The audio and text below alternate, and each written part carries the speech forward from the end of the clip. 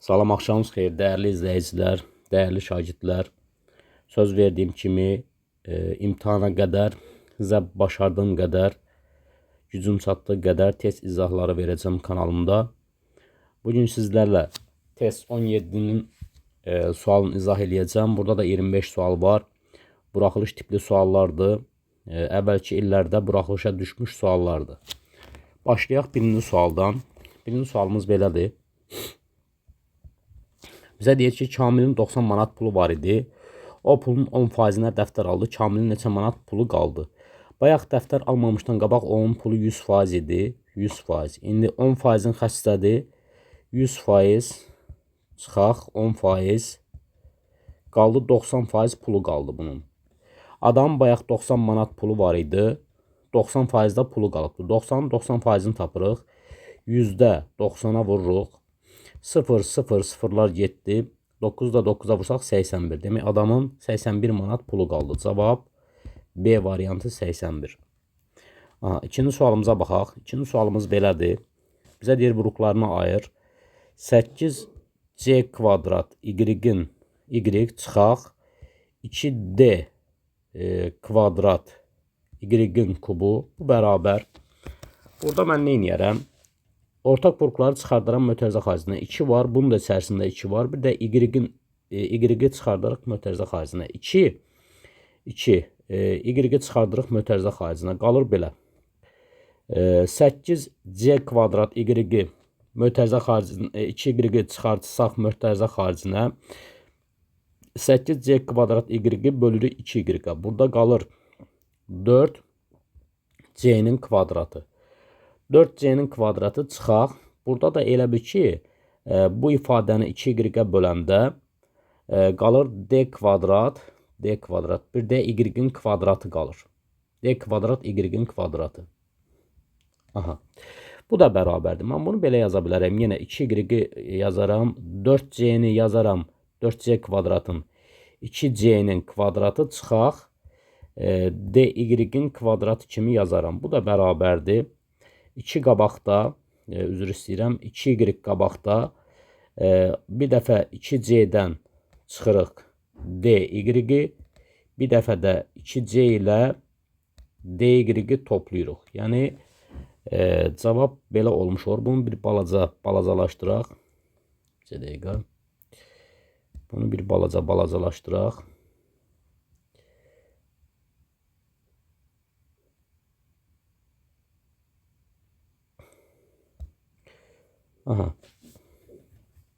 Burada demək oldu belə də. Bir dəqiqə. 2C üstə gələk DY olmuş oldu. Cavab hansı variantdır? Cavab burada A variantıdır. Cavab A variantı. 2C çıxılsın DY, 2C üstə gələk, üzr istəyirəm. A variantıdır. Davam eləyək üçüncü sualımızla. Üçüncü sualımız belədir. Bizə deyir ki, perimetri 38 cm olan, uzunluğu 12 cm olan düz budaqlının enini tapın. Bir dənə düz budaqlı çəkək. Bir dənə düz budaqlı çəkdik. A, B, C, D. Perimetrin verib mənə 38-dir. 38. Uzunluğum verib mənə 12 cm. Məndən nəyin soruşur? Enini soruşur. Eni x olsun. Bilirəm ki, perimetri bərabər, yəni 38 bərabər 2 vurulsun tərəflərin cəmi x üstə gələk 12. Buradan da ixtisar gedir. 2 ilə 38 ixtisar gedir. 38-i 2-yə bölsək 19 qalar. Bərabər x plus 12. X-i də tapsaq 19-dan çıxaram 12-ni. O da 7 eləmiş olur. Cavab hansı variantdır? Cavab B variantıdır, 7. Dördüncü sualımızın izahını verək. Dördüncü sualımız belədir. Deyər, həcmi 64 kub metr olan kubun tam səthinin sahəsini tapın. Bundan əvvəlki 16-cı testdə izahını vermişdim. Kubun həcmi V bərabər A-nın kubuna bərabərdir. O da bərabərdir 64. 64 də 4-ün kubudur. Buradan alıram ki, A bərabərdir 4-ə. Tam səthinin sahəsini soruşur kubun. S tam bərabərdir. Keçən dəfə demişdim 6A kvadratına bərabərdir. 6 vuraq 4-ün kvadratı, 6 vuraq 16, O da 96 eləmiş olur. Cavab C variantıdır. 96. 5-ci sualımıza baxaq.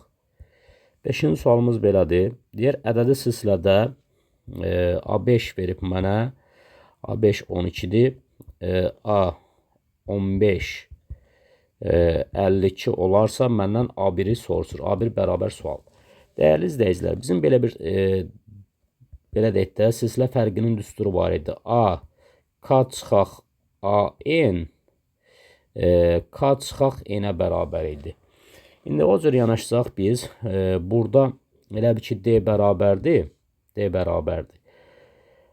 A15 çıxaq A5 məxrəcdə olur 15 çıxaq 5 bərabərdir. Onda A15 neçədir məndə? 52 çıxaq 12, o da bərabər.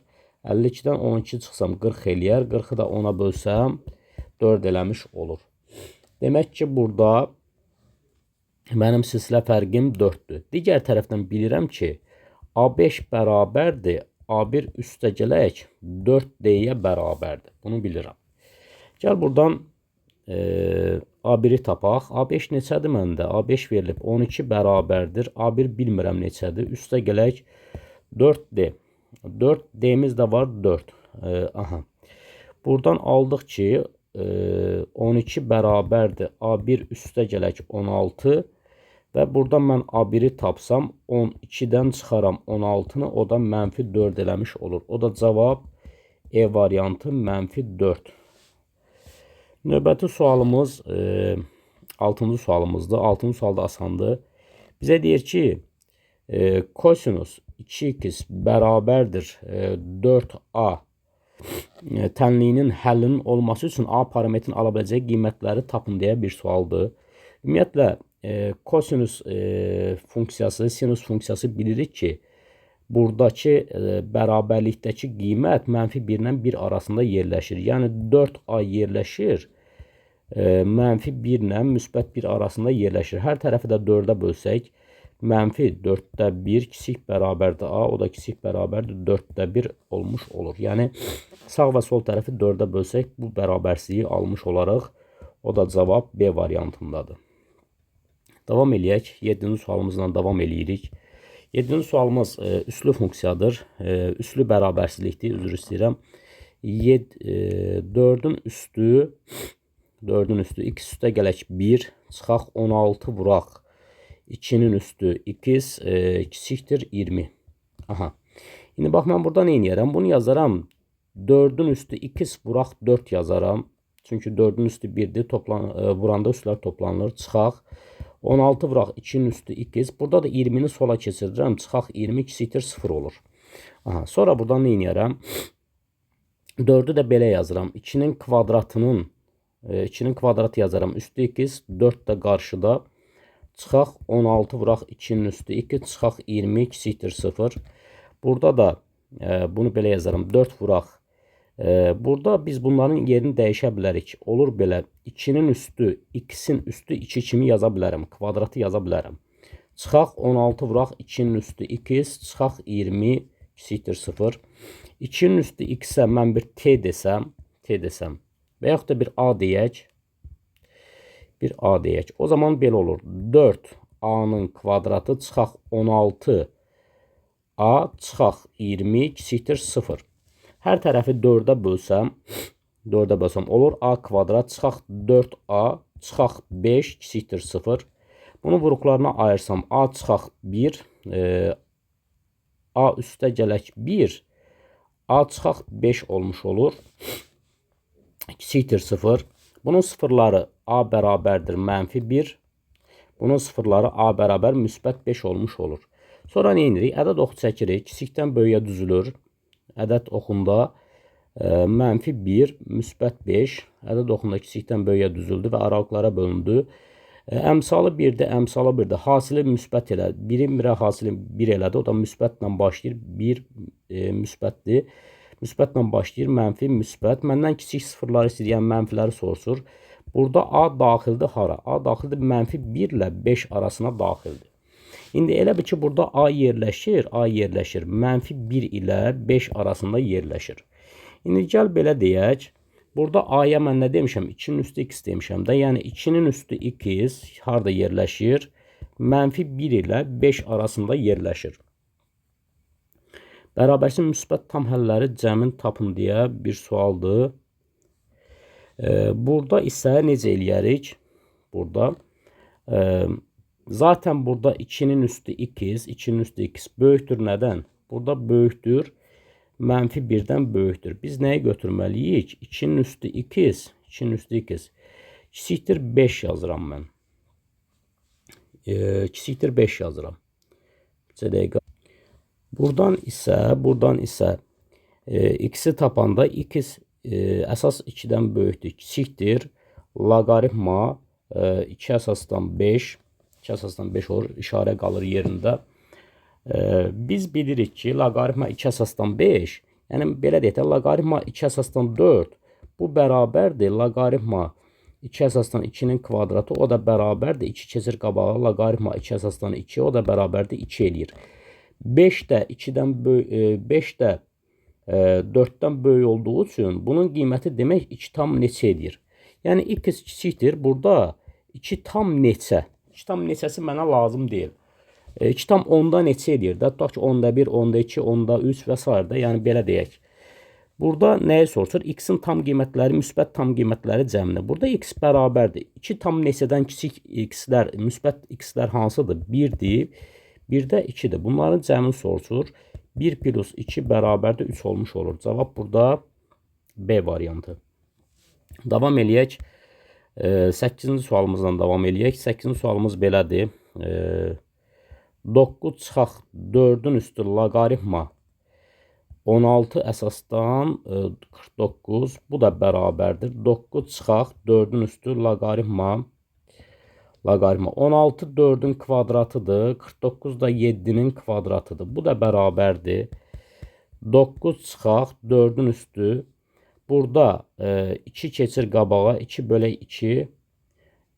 Üstlər keçir qabağa. Olur loqaritma 4 əsasdan 7. O da bərabər. 2'lər ixtisar getdi. Qaldı 9 çıxaq 4'ün üstü loqaritma 4 əsasdan 7. Bu da bərabərdir. Bu da bərabərdir. Burada 9 çıxaq 4'ün üstü 4 əsasdan 7 elə bu 7'yə bərabərdir. O da bərabər 9'dan 7 çıxsaq 2 olmuş olur. Belə deyək də, A-nın üstü loqaritma A əsasdan B, bu bərabərdir, elə B-nin özünə bərabərdir. Ona görə burada elə ki 4'ün üstü loqaritma 4 əsasdan 7, bu birbaşa bərabərdir 7'yə. Aha. Demək, bu hansı variantdır? Cavab B variantı. 2. 9-cu sualımıza baxaq. 9-cu sualımız bərabərsizliklər sistemidir. X, Y çıxaq 2y'in kvadratı bərabərdir 6. X çıxaq 2y bərabərdir 3. Yeri gəlmişkən bərabərsizliklər sistemi demək olar ki, buraxılışda ən çox düşən suallardan biridir. Tənqidlər sistemindən x vuraq y-in məndən soruşur. X vuraq y nəyə bərabərdir? Bax, dəyərli izləyicilər, yuxarıda, bax burada. Ortaq buruq y-dir. Çıxardıran mötərizə xaricinə. Olur belə. Y çıxdı qabağa, 2 çıxaq, 2y qaldı. Bərabərdir 6. Burada bu ifadə aşağıda var. 3'ə bərabərdir. Y vuraq 3 bərabərdir 6. Buradan y bərabərdir 6 bölək 3 bərabərdir 2 olmuş olur. Demək, mənim y-im 2'dir. Gətirib, bax, burada yerinə yazıram y-in qiymətini, x-i tapıram. 2 çıxaq 2 vuraq 2 bərabərdir 3. Buradan 2 çıxaq 4 bərabərdir 3. X də bərabərdir 3 üstə gələk 4 bərabər 7 olmuş olur. Bizə nəyi soruşur? X vuraq y hasilini soruşur. X-in qiyməti 7'dir. X-in qiyməti 7'dir. Onunla vururuq neçəyə? Y-in qiyməti neçə tapmışdıq? Biz 2 bərabərdir 14 eləmiş olur. Cavab 14'dür. E variantı. 14. Davam eləyək. 10-cu sualımızla davam eləyirik. 10-cu sualımız belədir. Üçbucağın orta xətti. Gəl bir dənə üçbucaq çəkək ümumiyyətlə.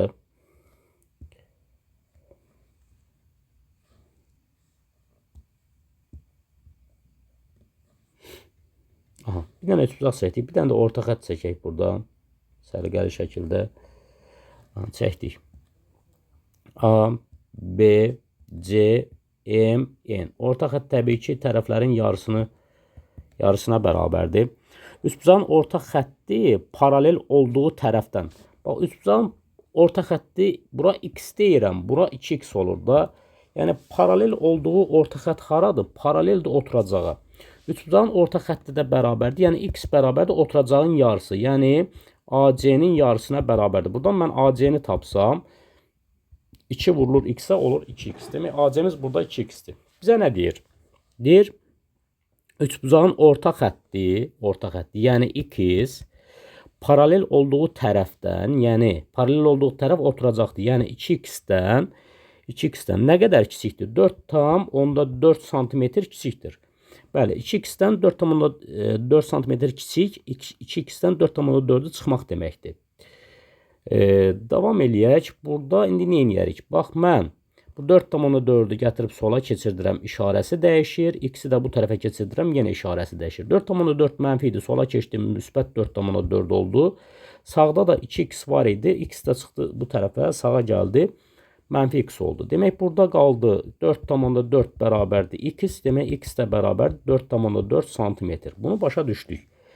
Üçbucağın deyir, bu tərəfi ilə orta xəttinin uzunluqları cəmini tapın. Bu tərəf hansıdır? Yəni, AC ilə orta xəttinin uzunluqları cəmin soruşur. AC məndə 2x-dir, MN də x-dir, o da bərabərdir 3x, o da bərabərdir 3 vuraq 4,4, o da bərabərdir 13,2 cm olmuş olur. Cavab hansı variantdır? Cavab C variantı 13,2. Bu 10-cu sualımız idi. Başqa sualımız bircə dəqiqə.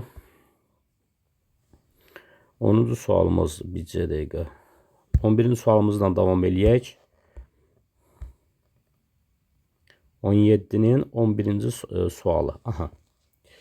İndi burada nə deyir bizə? 11-ci sualımızda belədir. 45 dərəcəli mərkəzi bucağa uyğun dairə sektorun sahəsi 15 kvadrat santimetr olarsa, S sektor yazıram, sektor. Sektorun sahəsi nə qədərdir? 15 santimetrin kvadratı. Hansı bucağa uyğun? Alfa bərabər 45 dərəcəli bucağa uyğun. Dairə sektorun, dairənin sahəsini məndən soruşur. S dairə, bərabər sual. Dəyərli izləyicilər, belə bir düsturumuz var. S sektor bərabərdir. Alfa bölək 360 vuraq S dairə. Yəni, belə bir düsturumuz var. Sektorun sahəsi bərabərdir. Bucaq 360-ın hansı hissəsidirsə, sektorun sahəsi də dairənin sahəsinin həmin hissəsinə, hasilinə bərabərdir. İndi gəl burada qiymətlərini qoyaq yerinə. Bu da bərabərdir. Bərabərdir deməyəkdir. S sektorun sahəsini 15 verib, bərabərdir. Alfanı mənə 45 verib. Məxrəcdə 360 vuraq S dairə. Aha. İndi bax, burada 45-dən 360 ixtisar getdi. Burada qaldı demək 8-də 1 qaldı. Demək 15 bərabərdir. 1 S dairəyə vurulur. S dairə 8-də qalır məxrəcdə. Mən S dairəni tapsam 8 vurulur 15-ə. Məxrəc vurulur bərabərliyə. O da bərabərdir 120 olmuş olur. 120 santimetrin kvadratı. Demək, mənim dairəmin sahəsi 120 kvadrat santimetr olur. Cavab E variantı 120. Aha. 12-ci sualımızdan davam edirik. 12-ci sualımız maraqlı və sadə sualdır. X plus 1, x minus 3, kiçikdir 0, məxrəcdə də x minus 2. Aha. Gəl belə deyək. Mənim kəsirimin məxrəci müsbət ədəddir. Modul hər zaman müsbətdir. Mənim elə bir ki, kəsirimin məxrəci müsbət, mənim kəsirimdən mənfidirsə, demək kəsirin sürəti mənfidir. Yaxşı, sürət mənfidirsə, mən belə başa düşürəm ki, sürətdəki olan bu ifadə bütövlükdə mənfidir. Bax, mənfi. Yəni, x plus 1, x minus 3 mənfidirsə, kiçikdir 0 deməkdir. Amma burada bir dənə də problem var. Bir dənə problem nədir? Məxrəcdə modul x minus 2 var. Məxrəc 0-a çevrilə bilməz. Ona görə bu fərqli olmalıdır 0-dan. Buradan da alırıq ki, x minus 2 fərqli olmalıdır 0-dan, x də fərqli olmalıdır 2-dən. Gəl bu bərabərsizliyimizi həll eləyək və bunları yekun olaraq kəsişdirək. Burada x bərabərdir -1, x bərabərdir -3, 0-a çevirən qiymətlərdir. Kiçikdən böyüyə düzülür. -1, 3. Aralıqlara bölünür. X-in əmsalı 1-dir. X-in əmsalı 1-dir. Əgər dəyişənlərin əmsalları hasili müsbət ədəd eləyirsə, müsbətlə başlayır. Mənfi ədəd eləyirsə, mənfi ilə başlayır. X-in əmsalı 1, X-in əmsalı 1. 1-i 1-ə vursaq 1, o da müsbət eləyər.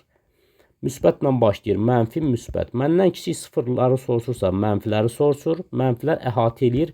Mənfi 1-lə 3-ü əhatə eləyir. Amma burada bir dənə problem var ki, bizdə x 2 qiymətini almır. Mənfi 1 ilə 3 aralığında 2 qiyməti var.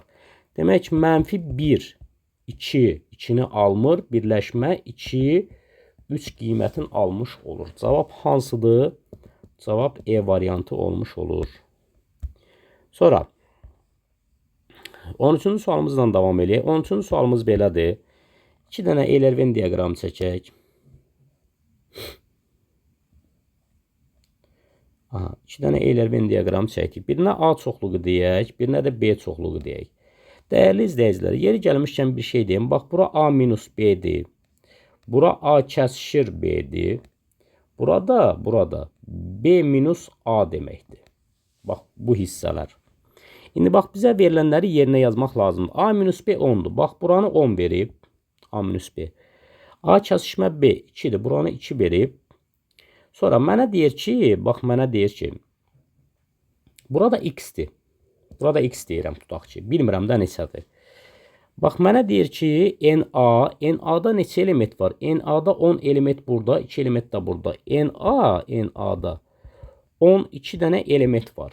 Sonra NB-də neçə element var? NB-də də 2 element burada var, X element burada var. X üstə gələk 2 var.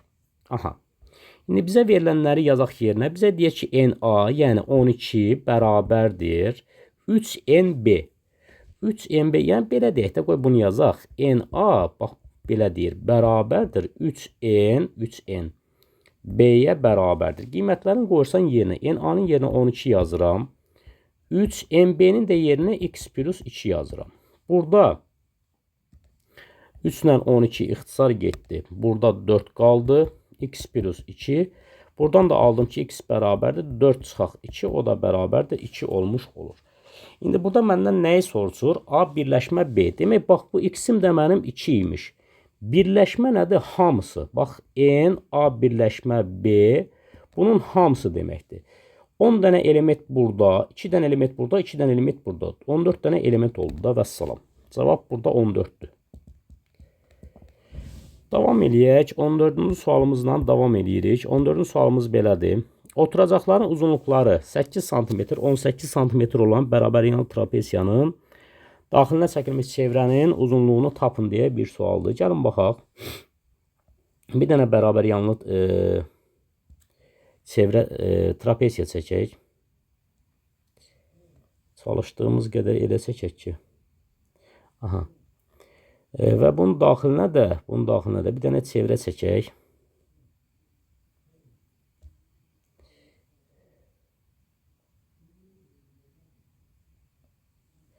Bir dəqiqə bunu düzəldək.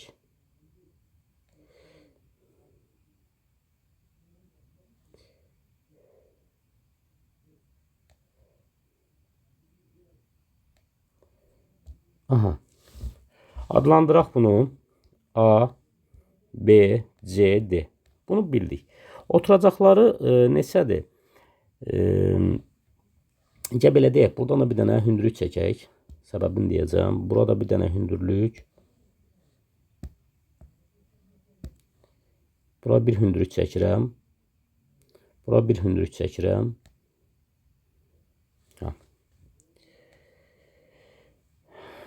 Burada bir dənə belə çevrənin diametrini çəkmək istəyirəm. Çəkdik. Bunu da belə çəkdik. Sonra adlandıraq. Bura hündürlük isə 90 dərəcə H-dır. Burada hündürlük isə burada F deyirəm. F deyirəm. Burada K deyirəm. Burada hələ K-nın filanı qoyaq qırağa. Bax, oturacaqları 8 buradır. Bütövlükdə burada neçədir? 18'dir. Mən bilirəm ki, çevrənin xaricinə dördbucaqlı çəkilibsə, o dördbucaqların qarşı tərəflərinin cəmi bərabərdir. Və bu da bərabər yanlı olduğuna görə yan tərəflərə x deyirəm. Yəni qarşı tərəflərin cəmi bərabərdirsə, x ilə x-in cəmi bərabər olmalıdır 8 ilə də 18-in cəminə. 2x bərabərdir 26, x də bərabərdir 13 olmuş olur. Bax, mən bu x-i silirəm. X-ə elə yazaq 13. Aha. İndi bax, dəyərli izləyicilər, burada nəyə diqqət eləmək lazımdır? Bax, BC 8-dirsə, HF-də 8-dir. Buradan bura 8-dir. Bəs yaxşı, bütöv 18-dirsə, belə deyək də, bax, AH-la da F-də bərabərdir. Bərabər yanlı trapesiyada. 18-dən 8 çıxıram. 18 çıxaq 8, bölürəm 2-yə, 5 düşür. Demək, 5 buradır, 5 də buradır. Aha. Bəs FCD, bax, bu üçbucağa fikir verin, bu üçbucağa. Bu üçbucaqda, bu üçbucaqda FCD-də, üçbucaq FCD-də hipotenuz 13, katet 5 olanda digər katet, yəni CF bərabərdir 8 santimetrə. 8 deyirəm, üzr istəyirəm, 12 santimetrə. Demək, mənim hündürlüyüm CF-dir. Hündürlüyüm CF-dir. Digər tərəfdən mən bilirəm ki, bax, bura mərkəz götürsəm mən bunu, bura R-dirsə, bu da düz bucaq, 90 dərəcə bucaq altına kəsişir də. Çünki radius toxunana perpendikulyardır. R-dirsə, mənim 2R-im, daxilə çəkilmiş çevrənin radiusu 2R-im, yəni diametr bərabərdir hündürlüyə, o da bərabərdir 12 santimetrə. Buradan da alıram ki, R bərabərdir 12 bölək 2, o da bərabərdir 6 santimetr. Məndən daxilə çəkilmiş çevrənin uzunluğunu soruşur. L bərabərdir, çevrənin uzunluğu 2pi R-dir, o da bərabər 2pi vurulsun R 6-dır, 6-nı da 2-yə vursaq 12pi olmuş olur. Cavab burada 12pi'dir. Aha, bunu da bildik. 15-ci sualımızla davam edirik. 15-ci sualımız belədir. Fx bərabər A çıxaq 3, x-in kubu çıxaq A üstə gələk 3, x-in kvadratı üstə gələk, buradan yazıram. A kvadrat çıxaq 9, x üstə gələk A. İndi deyir ki, A parametrin hansı qiymətinə funksiya cütdür. Gəlin burada nəyə diqqət eləyək? Diqqət olması məqam nədir? Bax, qara xətlə çəkdiklərim funksiyalar tək funksiyadır. X-in kubu tək funksiyadır. A minus üstü onun əmsalıdır. X tək funksiyadır. A kvadrat çıxaq 9-da onun əmsalıdır. Ancaq burada x-in kvadratı cüt funksiyadır. A plus üstü onun əmsalıdır. Burada A da, yəni, belə deyək də, sabit funksiyadır. O da cüt funksiyadır. Mən istəyirəmsə, əgər mənim funksiyam cüt funksiya olsun, o zaman təklərin əmsalı sıfırdan fərqli olmalıdır. Cütlərin, yox. Mən istəyirəm ki, cüt funksiya olsun, təklərin əmsalı sıfıra bərabər olmalıdır. Cütlərin əmsalı sıfırdan fərqli olmalıdır. Yəni, nəyi demək istəyirəm? Təkləri sıfır götürmək lazımdır cüt funksiya olması üçün. A minus 3 bərabər sıfır olmalıdır. Bir də tək harda var? A kvadrat çıxaq 9 bərabər sıfır olmalıdır. Bu belə. Ya bunları həll eləyək. Burada A bərabər 3-dür. Burada da A kvadrat bərabər 9-dur. Kvadrat 9 olan 2 ədəd var. A bərabər mənfi 3, A bərabər müsbət 3. Aha, bunu bildik. Digər tərəfdən biz dedik ki, funksiyanın cüt funksiya olmasını istəyirəmsə, cütlərin əmsalları sıfırdan fərqli olmalıdır. Burada cüt A plus x-in kvadratı cüt funksiya, əmsalı A plus 3-dür. O sıfırdan fərqli olmalıdır. Bir də cüt funksiya A-dır, o da sıfırdan fərqli olmalıdır. Elə bir ki, burada A fərqli olur mənfi 3-dən. Burada da A fərqlidir zaten sıfırdan. İndi bax, burada mən A-nın hansı qiymətlərini götürmüşəm. A-nın 3 qiymətini tapmışam. Bir də burada da 3 qiyməti var. Amma burada da mənfi 3 qiyməti var. Mən burada A-nı bilirəm ki, A mənfi 3 ola bilməz. Yəni, ona görə bunu götürmürəm.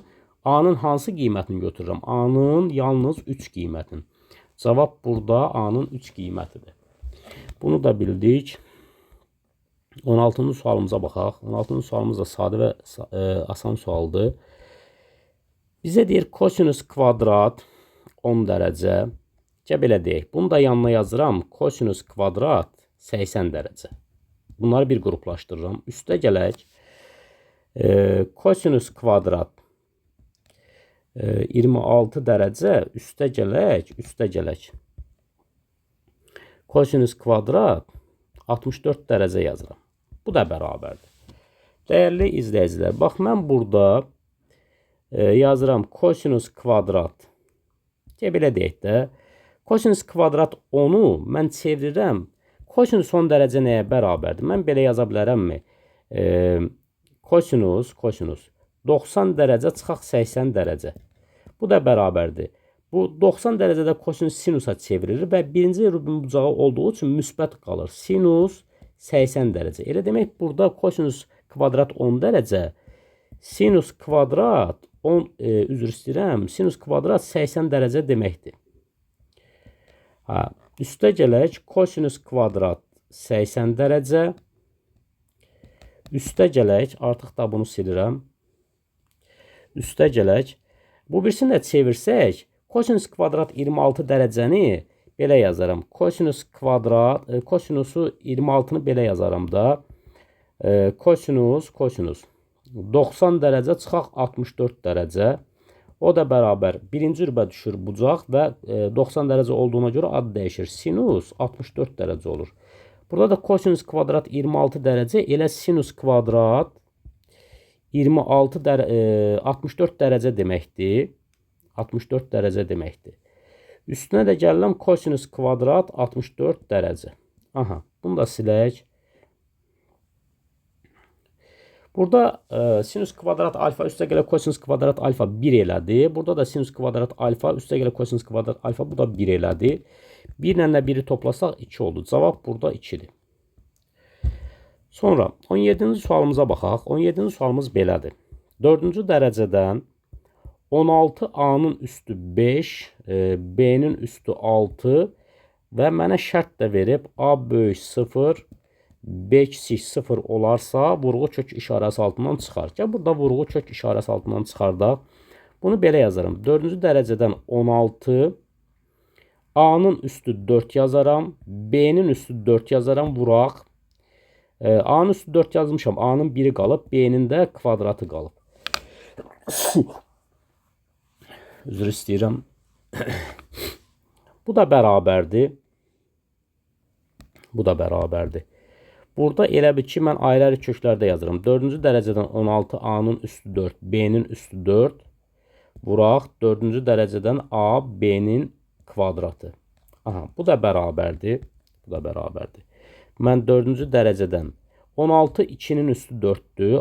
A yazıram, B yazıram, üstü 4 yazıram. Yəni 16, 2-nin üstü 4, A-nın üstü 4 isə, yəni qüvvətləri 4 orada, belə deyək. Vuraq 4-cü dərəcədən A vuraq B-nin kvadratı olmuş olur. Bu da bərabər.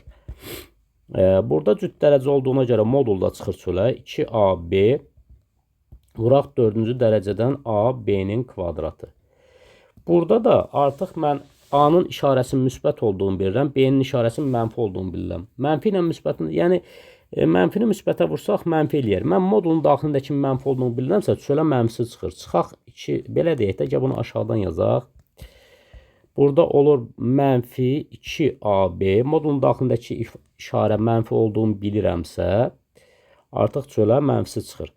Mənfi 2AB vuraq 4-cü dərəcədən A, B-nin kvadratı da qalmış olur kökün altında. Cavab budur. Cavab mənfi 2AB kök altda 4-cü dərəcədən A, B kvadrat. Yəni belə suallar düşür. Bu suallarda ehtiyatlı olmaq lazımdır. Bir nəyə fikir vermək lazımdır? Cüt dərəcədən zaten çölə modulda çıxır. Eyni dərəcədən, eyni qüvvətdən olanda dəyişən. Və orada diqqət olunması məqam budur ki, modulun daxilindəki ifadənin mənfi olduğunu bilirsənsə, modulun xaricinə mənfisi çıxır, müsbət olduğunu bilirsənsə, olduğu kimi çıxarırsan çölə. 18-ə baxaq. 18-ci sualımız belədir. 2 modul x minus 2. Bu da moduldadır. Çıxaq. X-in kvadratı çıxaq 5x, üstə gələk 6. Bərabərdir 0. İndi mən burada nə edirəm? X minus 2-ni bunu saxlayıram, çıxaq. Bunu modulda yazsaq, bu x minus 2, bu x minus 3 deməkdir. Buruqlarına ayırırdım. Hasili müsbət 6, cəmi mənfi 5 olan 2 ədəd mənfi 2 ilə mənfi 3-dür. Modulda yazıram. Bərabər 0. İndi mən bunu təzədən 2 modul x minus 2 yazıram. Çıxaq. Bunu ayrı-ayrı modullarda yazıram. Modul x minus 2. Vuraq modul x minus 3. Yəni belə yaza bilərəm. Burada modul x minus 2 ortaq vuruqdur. Çıxardıram. Burada da var. Çıxardıram mötərizə xaricinə. Burada qaldı 2. Çıxaq. Burada da qaldı modul x minus 3 qaldı. Modulda. Bərabər 0. Hasil 0-a bərabərsə ya bu ifadə 0-a bərabərdir, ya da bu ifadə 0-a bərabərdir. Yəni modul x minus 2 bərabərdir 0. Buradan da alıram ki, modul 0-a bərabərsə modulun daxili 0-a bərabərdir. X də bərabərdir 2-yə. Ya da bu ifadə bütövlükdə 2 minus modul x minus 3 bərabərdir 0-a. Buradan 2 bərabərdir modul x minus 3 sağa keçir. Buradan da alıram ki, modul x minus 3 bərabərdir müsbət 2. Modulu bir dəfə müsbət götürürəm, bir dəfə mənfi götürürəm. Bir dəfə olacaq burada elə ki, A variantı x minus 3 bərabərdir 2. X bərabərdir 2, üstə gələk 3 bərabərdir 5. Bir dəfə də olacaq x minus 3 bərabərdir mənfi 2. X də bərabərdir mənfi 2, üstə gələk 3, o da bərabər 1 eləmiş olur. Mənə nəyi soruşur burada? Tənliyin kökləri cəmini. Tənliyin bir kökünü tapmışam 2. Bir kökünü tapmışam 1. Bir kökünü də tapmışam 5. Bunları cəmləmək lazımdır. 2 üstə gələk 5, üstə gələk 1. O da bərabər 8 eləmiş olur. Cavab 8-dir. Davam eləyək Nisanın sualından. 19-cu sualımızdan davam eləyirik. 19-cu sualımız. 19-cu sualımız belədir. AB CD kvadratın B təpə nöqtəsindən kvadrat müstəvisinə BM perpendikulyarı qaldırılmışdır. Nəysə bir müstəvi, kvadrat müstəvi götürək.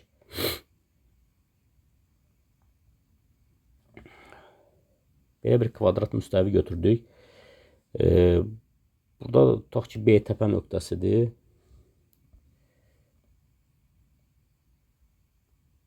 Aha, B təpə nöqtəsi. Ya bunu adlandıraq bu kvadratı. A, B, C, D. Aha. B təpə nöqtəsindən kvadratın müstəvisinə BM. Bax, burada M-dir. BM perpendikulyarı qaldırılmışdır. Bax, elə ki, bu perpendikulyardır da. Perpendikulyarı qaldırılmışdır. Bizə nə deyir? AB 2 kök altda 3. AB burada 2 kök altda 3. Sonra BM buranı verib mənə 5. BM-i 5 verib. MD-ni soruşur. Bax, məndən soruşur MD-ni. Gəl buradan MD-ni çəkək. Aha. Gəl bu MD-ni düzəldək.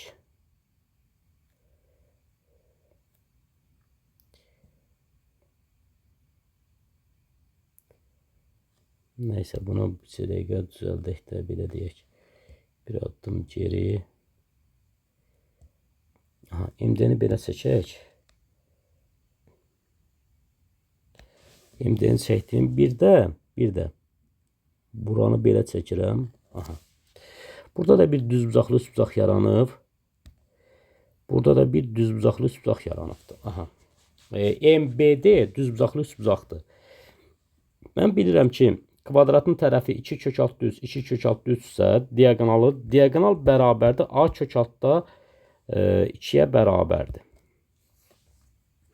A kök altda 2-yə bərabərdir. Çünki bərabər yanı düzbucaqlı üsbucaqdır. Düzbucaqlı üsbucağın hipotenuzu katetin kök altda 2 mislinə bərabərdir. O da bərabərdir. Bax, diagonal budur da D. O da bərabərdir. Məndə tərəf neçədir? Tərəf burada A 2 kök altda 3-dür. 2 kök altda 3-ü vurursan kök altda 2-yə, o da bərabərdir. 2 kök altında 6 olmuş olur. Demək, mənim burada D 2 kök altda 6-dır. Məndən MD-ni soruşur. MD burada X deyirəm. Düzbucaqlı üsbucaqda hipotenuzun kvadratı katetlərin kvadratları cəminə bərabərdir. Yəni 2 kök altda 6-nın kvadratı, üstə gələk 5-in kvadratı. O da bərabər. 2-nin kvadratı 4. Kök altda 6-nın kvadratı 6. 4 dəfə 6 24. Üstə gələk 5-in kvadratı 25. O da bərabər 49. Buradan x də bərabər 7 olmuş olur. Cavab burada 7-dir. 20-ci sualımıza baxaq. 20-ci sualımız görək necədir? 20-ci sualımızda deyir ki, natural m ədədi üçün əbob 2m minus 1, 2m plus 1 bərabər 4m çıxaq 7 olarsa, nəsə əkop digərini tap. Burada nəyə diqqət eləməliyik, dəyərli izləyicilər? Bax, 2m minus 1, 2m minus 1, 2m plus 1 bunlar tək ədədlərdir. Tək ədədlərin formuludur. Və baxıram ki, 2m minus 1 ilə bunun arasındakı fərq müsbət 2-dir. Yəni 2m minus 1-in üzərinə 2 gəlsəm 2m plus 1 eləyir. Və buradan belə başa düşürəm ki, bunlar ardıcıl tək ədədlərdir. Çünki ardıcıl tək ədədlər, məsələn, 3 ilə 5, bunlar necə artır? 2 vahid 2 vahid artır. Məsələn, 5 ilə 7 neçə vahid artır? 2 vahid 2 vahid artır. Belə başa düşdüm ki, 2m minus 1 ilə 2m plus 1 ardıcıl tək ədədlərdir. Ardıcıl tək ədədlərin əbobu 1-ə bərabərdir. Yəni 1 bərabərdir 4m çıxaq 7. Buradan 4m bərabərdir. 1 üstə gələk 7 bərabərdir 8. M bərabərdir 8 bölək 4 bərabər 2 olmuş olur. Bunu bildik. İndi nə etmək lazımdır? Gətirib məndən əkop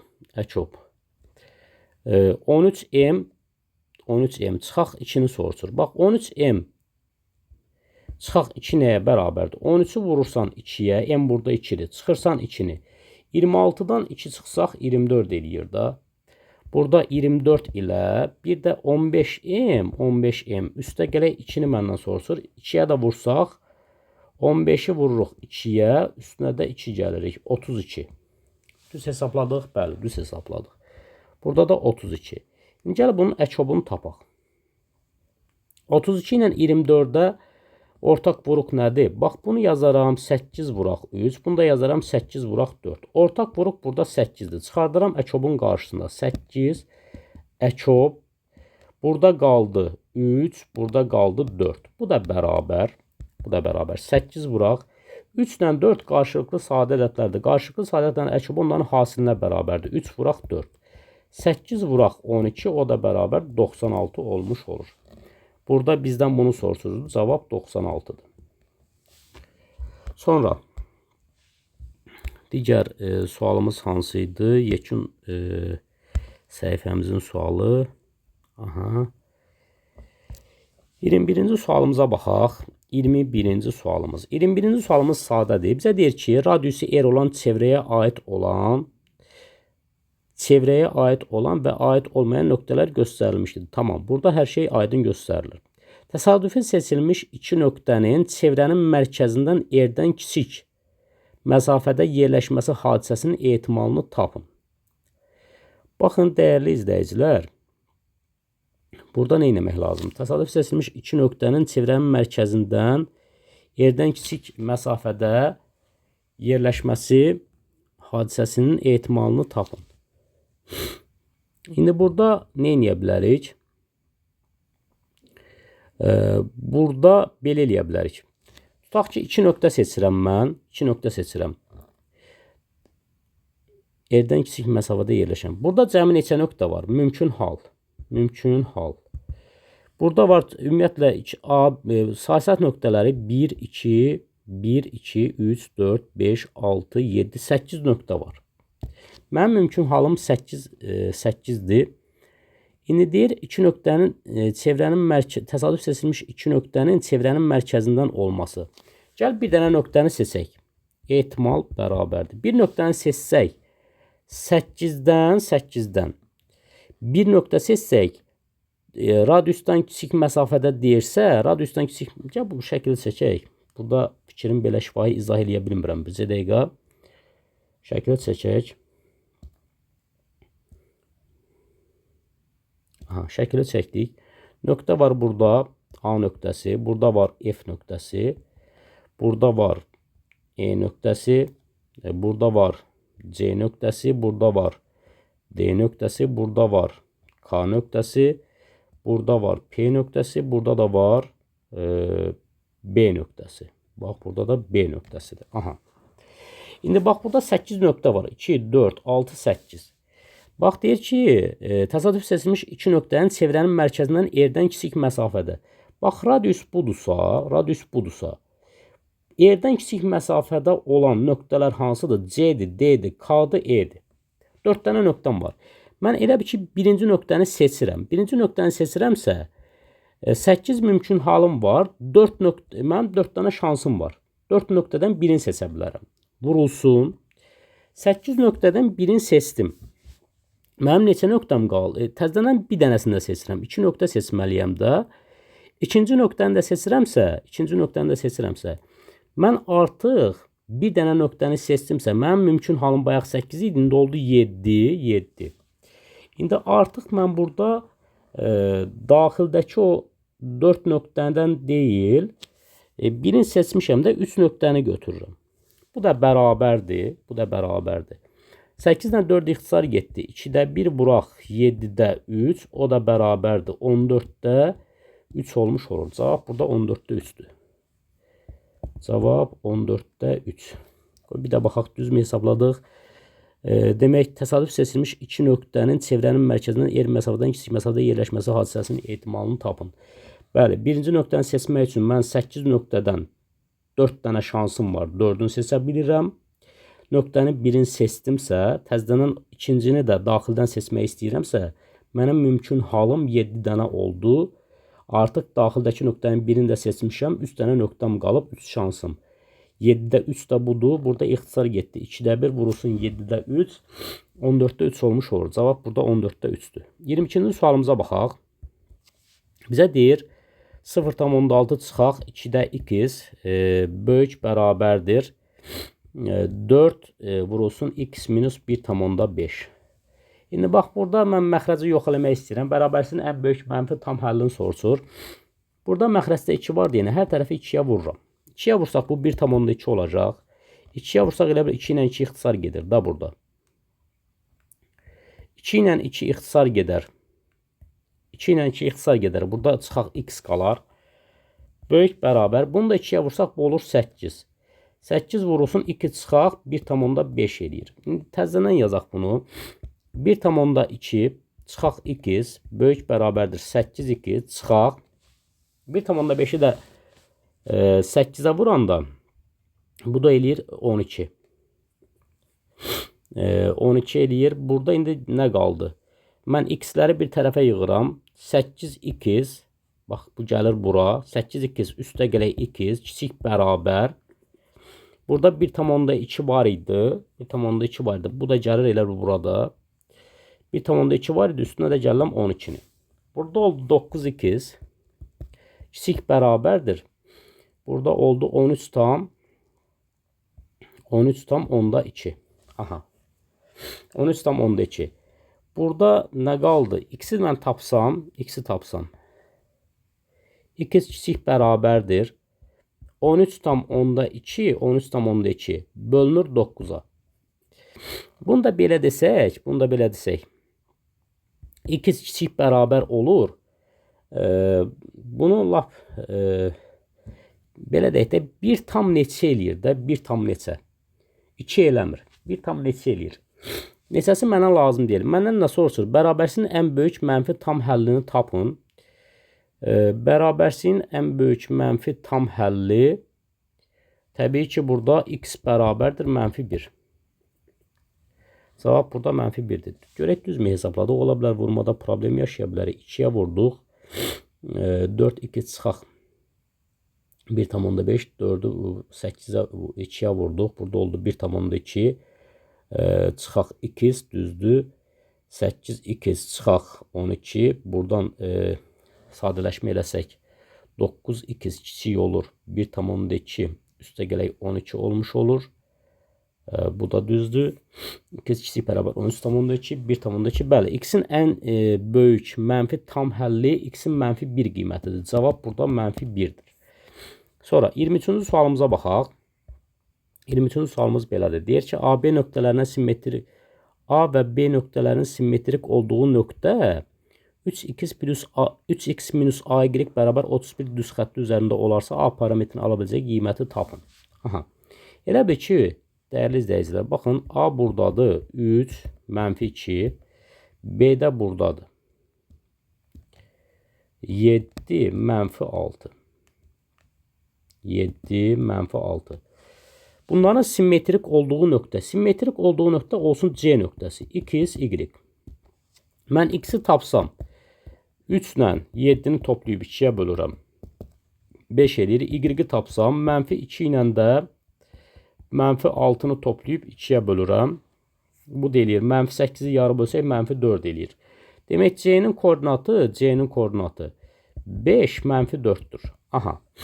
Deyir ki, bu koordinat C nöqtəsi 3x minus AY bərabər 31 düz xətti üzərində olarsa, düz xətt üzərindədirsə, bax, bu x-dir, bu y-dir. X-in, y-in qiymətlərini yerinə qoyanda bərabərlik ödənməlidir. Yəni, 3 vuraq 5, çıxaq A vuraq, y-in yerinə mənfi 4 yazıram, bərabər 31. Burada 15 üstə gələk 4A bərabər 31. 4A-nı tapsam mən 31-dən 15 çıxıram 16. A-nı tapsam 16-nı bölürəm 4-ə, o da 4 olmuş olur. Demək, A-nın hansı qiymətində? A-nın 4 qiymətində. Bunu bildik. Davam edək, 24-cü sualımızla davam edirik. 2 sualımız qaldı. 24-cü sualımız belədir.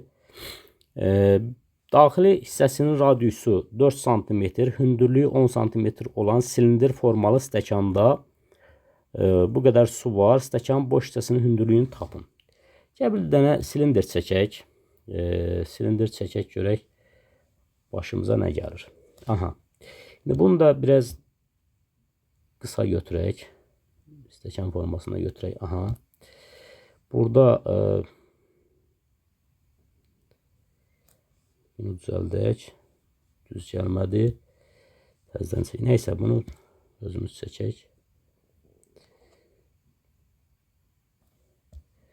Bunu da çəkək. Burada daxil hissəsinin radiusu 4 cm. Bax, elə bir ki, daxil hissəsinin radiusu deyirsə, buradır, buradır. 4'dür, 4'dür. Aha. Demək, bərabər neçə? 4 cm. Bunu bildik. Hündürlüyü, bax, buradan bura H, hündürlük. Adlandıraq A, B, C, D. Yəni, C'də H-dır, o da bərabərdir 10 cm. 10 cm. Deyir, stəkanda nə qədər su var? 336 kub santimetr su var. Stəkanın boş hissəsinin hündürlüyünü tapın. Dəyərli izləyicilər, silindirin həcmi bərabərdir. PR kvadratı, bura H-a bərabərdir. İndi burada P-nin də qiyməti verib mənə. Həcm var məndə. Həcm neçədir məndə? Həcm 336-dır. Yəni 336 bərabərdir. P-nin qiyməti üstü qoyuram yerinə. R-in qiyməti 4'dür. 4'ün kvadratı vuraq. Bura indi mən bilmirəm də, tutaq ki, ümumi hündürlük H-dırsa, tutaq ki, su buradadır. Su buradadırsa, bir dəqiqə. Bax, elə bir ki, H bərabərdir, CD bərabərdir H-a, o da bərabərdir 10'a. Bu qalsın yaddaşımda. Mən deyirəm ki, su tutaq ki, buradadır da. Buradadırsa, burada bir hündürlük var. Bax, burada bir hündürlük var. Orada H1 deyirəm. Burada H1 deyirəm. Bunun hündürlüyünü gəl tapaq görə hündürlük nə qədərdir? Bu eləyir 336 bərabərdir. 4'ün kvadratı 16 3'ə də vursaq 48 H1. H1'i tapsam mən 336'nı bölürəm 48'ə. 48'ə bölsək, burada gəl 336'nı bölək 48'ə. Burada təbii ki, neçə düşər? 4 dəfə düşər.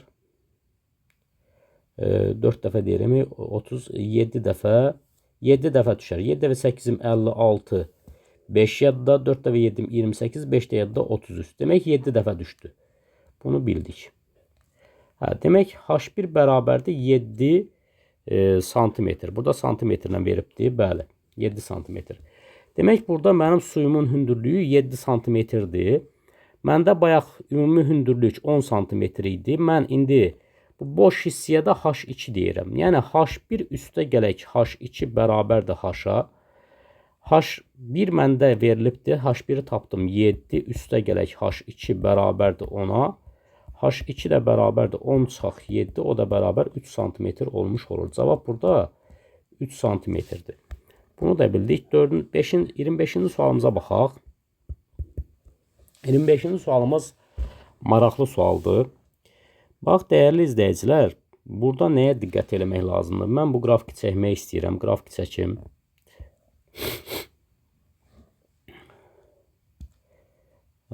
Bunu çəkək. Bizə dəqiqə. Bunu bura çəkək. Buradan isə bunu çəkək.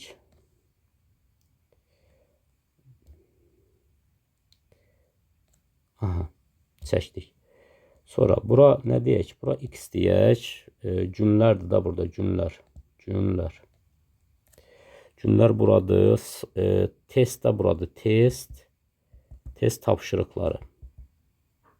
Test tapşırıqları da bunlardır. Burada 2000 var. 2000. Burada 20 var. Burada 1500 var. Burada da 30 var. Bax, dəyərli izləyicilər, bizdən soruşur ki, Səid və Elmir'in qalan suallarını deyir. Qrafikdə test tapşırıqlarının sayı, tapşırıqları eyni gündə yerinə yetirməyə başlayan Səid və Elmir'in hər günün sonunda qalan sual sayılarının günlərə görə dəyişməsi verilmişdir. Neçənci günün sonunda Səid və Elmir'in qalan sual sayıları bərabər olar? Bax, gəl belə deyək. Birinci kimdən başlayaq? Bu 30 dənə yazan Elmir'dir. Elmir. 20 günə də bitirən Səiddir. Bax, bu da Səiddir. Səid. Aha. Səid 2000 sualı Səid yazıram. Səid.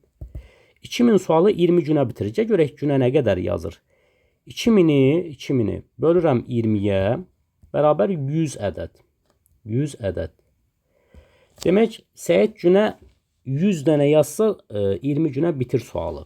Yazıram Elmir. Elmir günə 30 günə bitirir. Neçə sualı? 1500 sualı. 1500'ü bölürəm 30'a. Bu da 50 ədəd edir. Demək, Elmir də günə 50 dənə tutaq ki, sual yazır. Bunu da bildik. Bax, burada tutaq ki, bunlar belə deyək də, bu birinci Səidin funksiyası bu asıllıqdır da, yəni funksiyasını quraq. Tutaq ki, f2 Səid üçün qururam da bunu, Səid. Fx bərabərdir 2000 çıxaq 100x. Bu x də nədir? Gəl bunu belə deyək, tam aydın olsun hamımıza.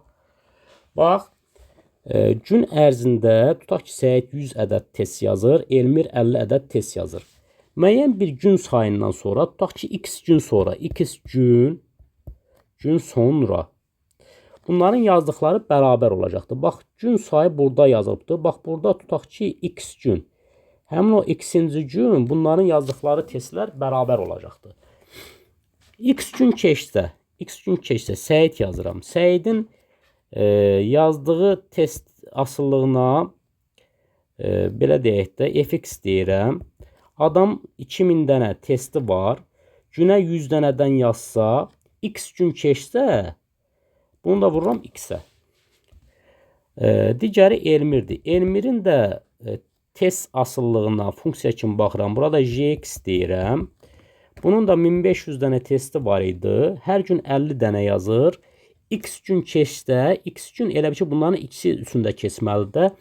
Müəyyən x gün keçəndə bunların yazdığı test sayıları bərabər olur. Günə 50 dənə etməklə x gün keçsə 50x də burada olur. Və bunlar. Bax, burada kəsişmə var. Bu kəsişmədə bunların yazdığı test sayıları bərabər olur. Sual sayıları bərabər olur. Yəni, burada elə bir ki, f2 bərabər olur jx-ə. Yəni, 2000 çıxaq 100x bərabərdir 1500 çıxaq 50x-ə bərabərdir. İndi ədədləri bir tərəfə yığıram, dəyişənləri bir tərəfə. Dəyişən bu tərəfə gəlsin, ədəd bu tərəfə gəlsin. 2000 çıxaq 1500 bərabərdir. 100x bu tərəfə keçsə müsbət 100x, çıxaq 50x. Burada təbii ki 500 qalır. 2000-dən 1500 çıxanda 500. 100x-dən də 50x-in çıxsaq 50x qalır. Hər tərəfi 50-yə bölsək x bərabərdir 10 qalmış olur. Demək ki, neçənci günün sonunda deyirsə, bax x-inci gün demişdi. X-inci gündə 10'dur. Cavab burada 10-cu gün. Aha, cavab 10-cu gündür. Belə dəyərli izləyicilər, xoş izləmələr olsun sizlərə. Çalışdığım qədər hər gün və yaxud da gücüm çatdığı qədər, ola bilər 2 gündən bir belə suallar çəkib paylaşacağım. Siz də çalışın, izləyin, axıra qədər izləyin. Qarşıdan imtahan gəlir. Hər birinizə Allah zehin açıqlığı versin.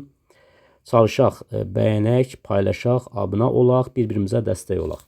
Sağ olun, gecəniz xeyrə qalsın.